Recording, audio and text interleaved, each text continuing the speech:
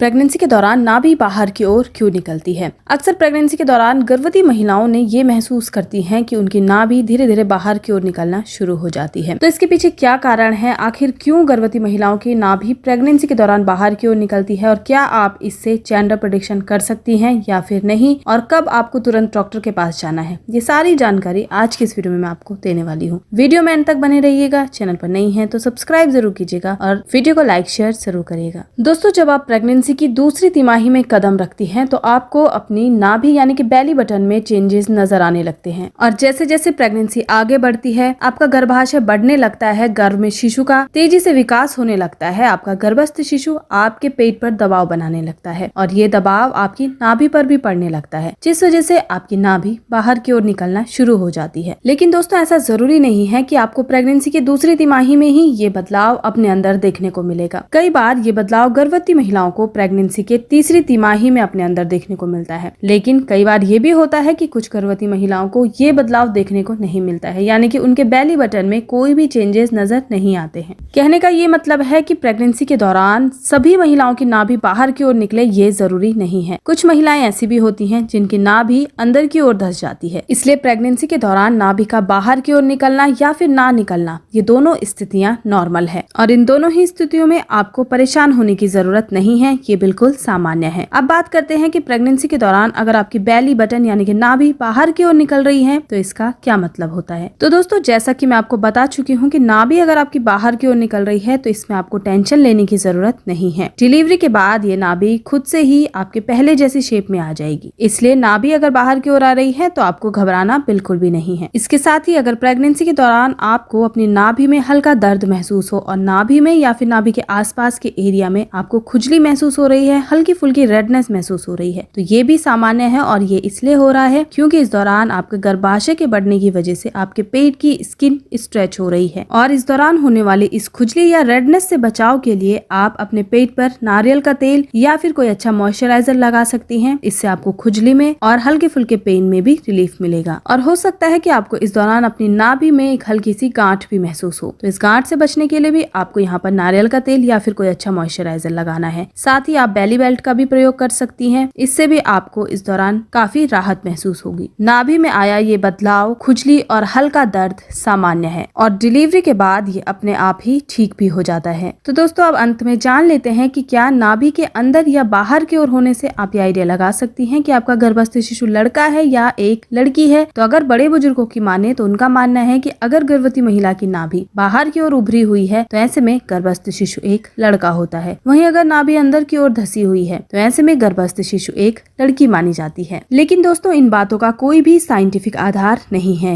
ये बातें काफी पहले से चली आ रही हैं और हमारे बड़े बुजुर्ग इन पर काफी हद तक विश्वास भी करते हैं। तो इन बातों को मानना या ना मानना ये आपके ऊपर निर्भर करता है। हालांकि आपको लड़का होगा या लड़की ये सेक्स क्रोमोसोम पर डिपेंड करता है। तो दोस्तों, आज की इस वीडियो में बस इतना ही। वीडियो को समाप्त करती हूँ। धन्यवाद।